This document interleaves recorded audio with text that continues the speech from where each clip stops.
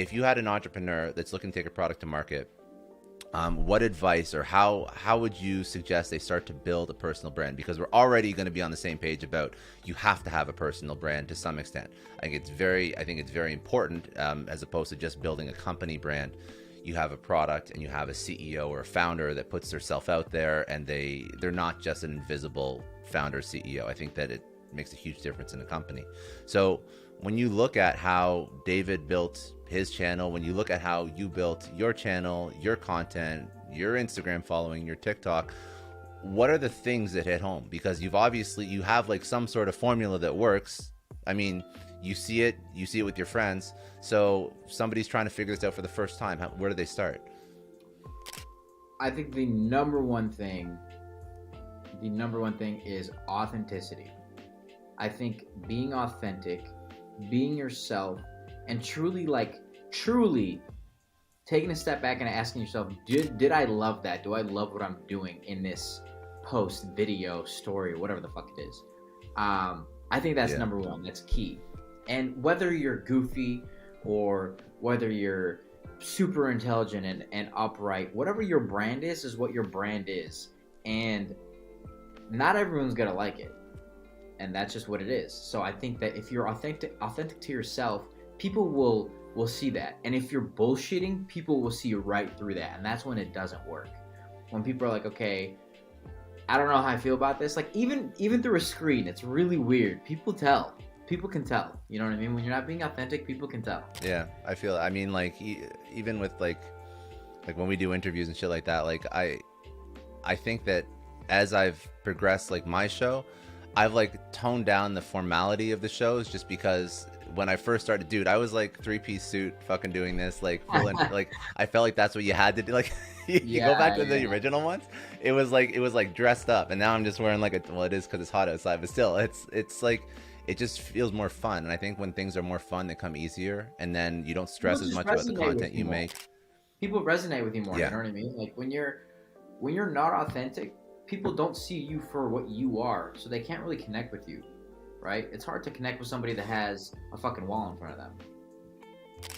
Did you, like, when you first started creating content, I mean, like, I feel like people put up a wall because they're stressed and they're nervous, and yeah, you have this like thing, you know, this voice in your head telling you people are going to perceive me a certain way, and you know, I don't want them to think that I'm full of shit. I don't want them to think I'm stupid, or I don't want, you know, my boss to think that I'm acting like a clown on social. So you put up this like facade. But when you first started, how did you get over that? Because obviously everybody has that stress when they first record their first video or they first put out their first post. Seriously.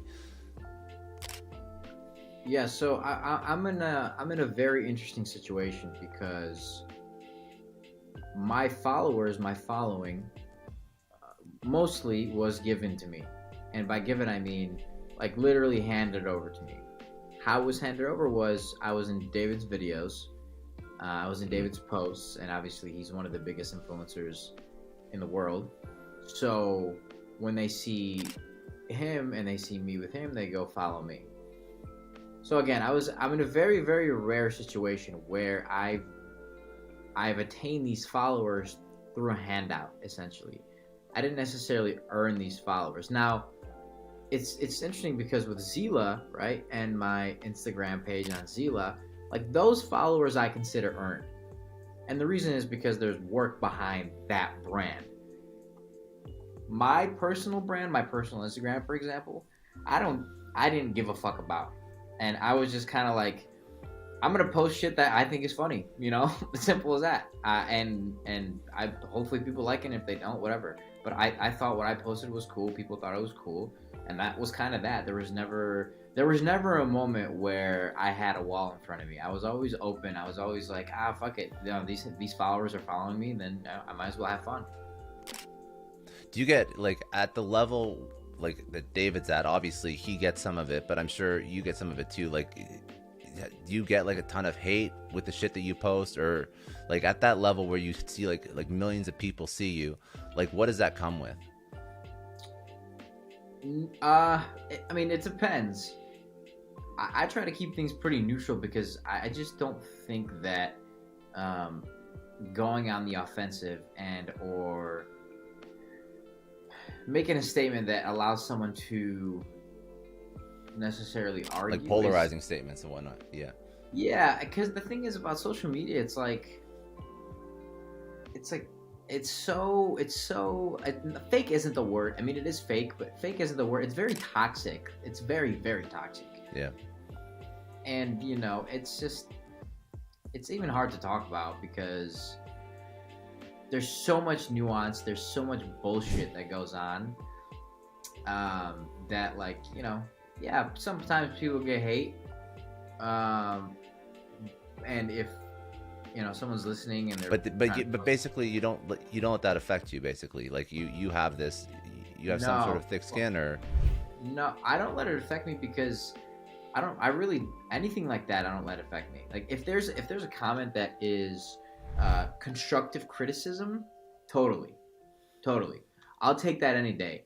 I'll take that fucking 7 out of. I'd rather know what I'm doing bad than what I'm doing good. But when it's like hate, like petty hate, fuck that. I don't pay attention to that. It's just like it takes up way too much of your headspace, way too much mind share. Yeah. So you definitely have to let those people go, and it is what it is. People, again, not everyone's gonna like you, and that just is what it is. And the people that fuck with you, and if the people don't fuck with you, then whatever. Go look at somebody else. No one's forcing you to fucking look at my story or my video or my advice. There's tons of other people out there. Go ahead. 100%. No, I think it's a healthy way to look at it. I just sort of I want to bring this out because when people do put themselves out there, like I'm trying to like eliminate all the fears they could have about putting themselves on social, and when again, you don't have 5 million people or 10 million people that follow your every move, but you have like millions and you've been exposed to that. So you just have to be in the right headspace going into it and build your tribe, because again, if everybody likes you, you're probably not doing something right anyways. I mean, right. you whatever you build, somebody will hate it no matter what. 100%. Okay, yeah. So you're building Zila. You also have a podcast. What is your and you also trade, and then you're doing the pizza thing. So you have you like do a lot of shit. So you have why podcast? What was that for you? Why did you, for example, not go and try and build something like a massive YouTube channel based on just pure vlogs? Like, what was the podcast play? So I just like podcasting. I like talking to my friends. I like sharing information. I like sharing stories, and that's pretty much it. There was no specific intent behind it. I like telling stories. I like making people laugh, so that's kind of the story behind why I even do the podcast.